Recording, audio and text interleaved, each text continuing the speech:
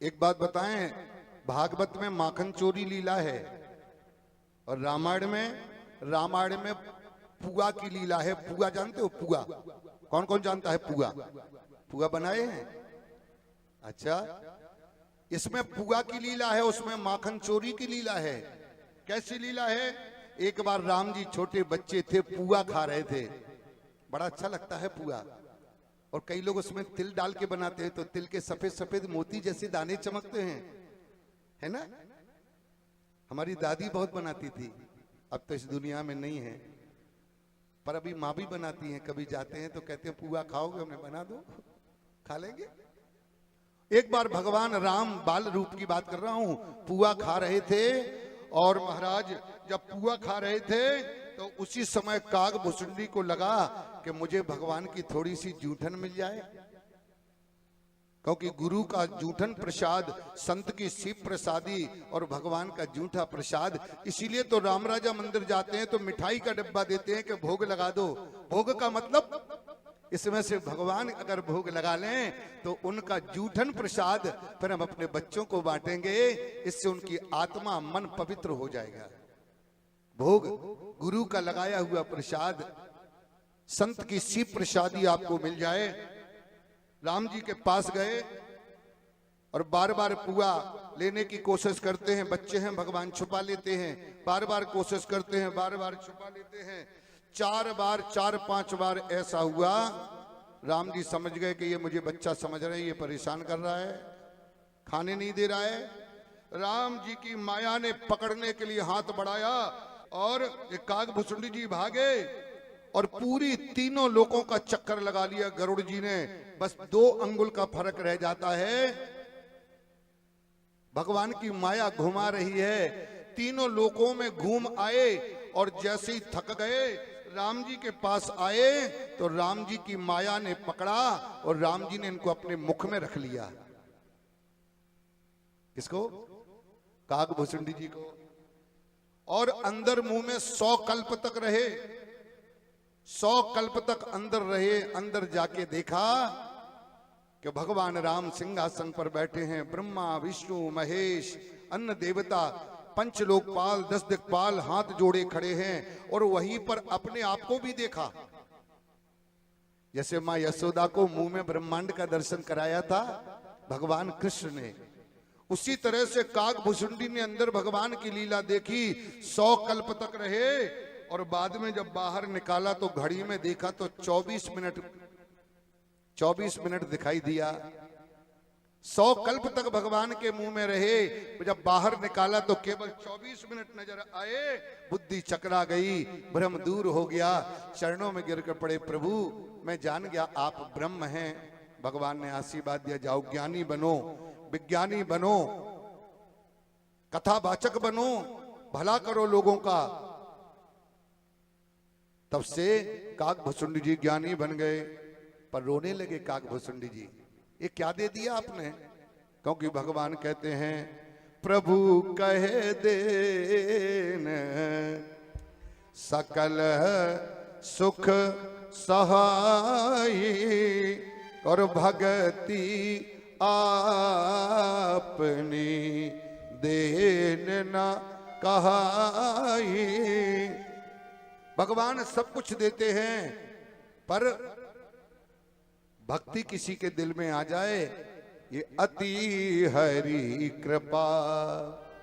आज आप लोग भगवान की कथा सुन रहे हो, आप पर कृपा है ठाकुर जी की कि आप भगवान की कथा सुन रहे हो। क्योंकि बिना भक्ति के सब बेकार है, ज्ञान, विज्ञान, सुंदरता, वैभव सब बेकार है। अच्छा, आप लोगों में पनीर की सब्जी किस किसने खाई है? सबको अच्छी लगती है कि नहीं? और पनीर को आपको मैं चर्चा करूं, पनीर को अगर बनाओ, अब ये नहीं पूछना गुरुजी 4 दिन से पनीर की चर्चा क्यों की नहीं की, आज क्यों कर रहे हो? अरे कल चकाचक हो गई ना पनीर की राय साहब के यहाँ, वो ही बोल रहा है अभी तक, वो ही निकल रहा है। मैं तो एक चर्चा कर रहा हूं, आपने पनीर की सब्जी खाई होगी, अच्छी लगती है ना? अच्छा, पनीर को पहले भून लो, जैसे फ्राई कर लो, फिर उसमें थोड़ा सा जीरा घी में जीरा डाल के टमाटर मटर ग्रेवी बना लो, थोड़ी क्रीम डाल दो, मसाला डाल दो, ऊपर से कसूरी मेथी रगड़ दो और भुरक दो, और महाराज धनिया पाउडर डाल दो, थोड़ा क्रीम डाल दो और पकाओगे, और जब परोस के पाओगे तो अच्छा लगेगा कि नहीं, बढ़िया बनेगा कि नहीं बनेगा, बनेगा बढ़िया कि नहीं, कहां से बनेगा, नमक तो डाले ही नहीं। ये दिक्कत, अरे सब कुछ डाला पर नमक तो डाले ही नहीं। लबड़ बिना बहु व्यंजन जय, भले ही तुम क्रीम ना डालो तो चलेगा, घी की जगह सरसों के तेल में छौंक दो तो भी लगेगा, यदाचित जीरा ना भी डले, पर आपने नमक तो डाला ही नहीं। उसी तरह से भगवान की तुम्हारे जीवन में धन है, वैभव है, प्रतिष्ठा है, सम्मान है, लेकिन यदि भगवान की भक्ति नहीं है तो जैसे व्यंजनों में नमक का प्रभाव है, उसी तरह से मनुष्य जीवन में भक्ति होनी चाहिए, आस्था होनी चाहिए, श्रद्धा होनी चाहिए और विश्वास हृदय में होनी चाहिए। हम लोग अर्थ के पीछे भागते हैं, संत भक्ति के पीछे भागते हैं। आप लोगों का डबल बेड, बंगला, गाड़ी बोलता है, पर संतों की साधना बोलती है। इससे बड़े बड़े करोड़पति, अरबपति, अभी कुंभ के मेलों में मैंने देखा विदेश के लोग आकर के उन नागा साधुओं के चरणों में डले हैं, उनकी एक चुटकी राख, एक चुटकी भस्म पाने के लिए लाइन लगी है साहब। क्यों? संतों की साधना होती है। संसारियों के पास साधन होते हैं, हर कमरे में डबल बेड, हर कमरे में वॉश बेसन, हर कमरे में वो जिसमें मुंह देखती हो, क्या कहते उसको, है तख्ता। बिना तख्ता के, अरे राम राम, अब तो पर्स में आने लगा तख्ता, जहां बैठे हो कथा में वही देख लो तख्ता, तुम्हारी तख्ता।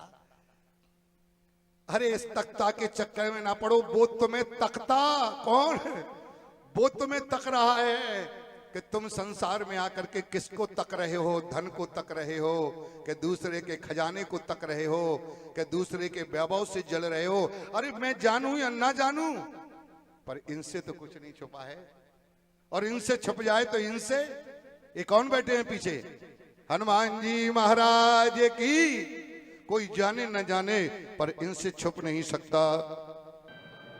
जब परमात्मा अब मूर्ति के रूप में बैठ रहे हैं तब ये हाल है। उस समय जब साक्षात भगवान चार पुत्रों के रूप में जन्म लिए होंगे अयोध्या में, तब क्या हुआ होगा। जिनकी कथा हम बैठकर सुनने में गदगद हो जाते हैं, सुन के नाचने लगते हैं, वो परमात्मा जब अयोध्या में स्वयं बालक बन के आया तब क्या हुआ होगा। बोले वह है सुख संपत्ति समय समाजा। उस समय का सुख स्वयं माता सरस्वती और शेषनाग वर्णन नहीं कर सकते। ऐसे लगा जैसे दिन में रात्रि मिलने आ गई हो। मालूम है क्या हुआ? बोलो, तुम्हारे घर में कोई खुशी का दिन हो, सब नाच रहे हो, बैंड बाजे बज रहे हो, सब धज के नाच रहे हो, सज धज के, और घर की कोई औरत कोने में खड़ी खड़ी रो रही हो तो बुरा नहीं लगेगा? उससे पूछते हैं कि बहन सब नाच रहे हैं, शादी है, बेटी की गोद भराई है या बेटा हुआ है और ढोल बज रहे हैं तो सब खुश मनाते हैं, खुशी मनाते हैं। राम जी के यहाँ सब नाच रहे हैं, पर एक रो रही है। कौन? रात। रात रो रही है। राम ने देख लिया, बोले तुम क्यों रो रही हो, सब नाच रहे हैं, तुम नाचो। बोले मैं क्या को नाचूं? बोले प्रभु मैं कैसी पापनी हूं, सारी दुनिया नाच रही है पर मैं कैसे आऊं, मैं तो डर रही हूं। बोले क्यों डर रही हो? बोले प्रभु मैं रात हूं, आप दिन में आए हैं 12 बजे, मैं रात कैसे आऊं, और रात आ जाएगी तो दिन नहीं रहेगा, और दिन रहेगा तो रात नहीं रहेगा, ये कैसे चलूंगा, मैं इसीलिए रो रही हूं कि मैं कब मिलूंगी। भगवान ने कहा जाओ रात्रि, अब की बार द्वापर में जब मैं कृष्ण बन के आऊंगा, आज मैं दिन के 12 बजे आया हूं, पर अब की बार तुम्हें खुश करने के लिए मैं रात में 12 बजे आऊंगा। बगल में एक और रो रहे थे, बेनिकर आए, फुसफुसा रहे थे, ओ बताई हम मरे जा रहे, हमारी छाती फट रही, हम मर गए, हमारे साथ कोहते हुए। बोले वे चंद्रमा रो रहे थे, भगवान बोले अब तुम काय खोल रहे? बोले same problem, same to same. बोले क्या बात है? बोले प्रभु यहाँ दिन में आ गए, यहाँ रात में 12 बजे आओगे और 12 बजे मैं ढलने वाला होता हूँ, मैं कभी कभी ढलने लगता हूँ, मैं कैसे दर्शन, मैंने कौन से पाप किए हैं, मुझे भी कृपा करो। राम ने कहा जाओ चंद्र, आज मैंने रात्रि में आऊंगा तो कृष्ण बन के आऊंगा तो रात्रि का मनोरथ पूरा करूंगा, आज दिन में मैंने दिन का मनोरथ पूरा किया है, लेकिन आप मेरे नाम के आगे, राम मेरा नाम है, लेकिन आज से मेरा नाम होगा रामचंद्र भगवान की। भगवान ने कहा मैं रामावतार में भी अपने पीछे चंद्र लगाऊंगा और मैं कृष्ण अवतार में भी चंद्र लगाऊंगा, चाहे दिन हो चाहे रात हो। चंद्रमा तुम मेरे नाम के पीछे रहोगे। चंद्रमा नाचने लगा, चंद्र नाचने लगे और रात्रि नाचने लगी, आनंद हो गया। और भगवान शंकर नाचने लगे। शंकर से बोले तुम क्यों नाचने लगे? बोले प्रभु आज मुझे लगा कि मैंने चंद्रमा को माथे पर ठीक बिठाया है, मेरे माथे पर चंद्रमा था, मैं सोचता था कि इस कलंकी को मैंने काहे को माटे। चौथ का चंदा वैसे ही खराब होता है, चौथ का चंद्रमा देखना नहीं चाहिए। मैं सोचता था इसको कलंक लगा है, इस चंदा को मैंने माथे पर क्यों बिठा लिया। पर आज मुझे ऐसा लगा कि जिसको मेरे प्रभु अपने साथ जोड़ दिए हैं, जो मेरे प्रभु के साथ जुड़ा है, वो चंदा मैंने माथे पर ठीक बिठा लिया है। भगवान शंकर भी नाम हो गया रामचंद्र भगवान की।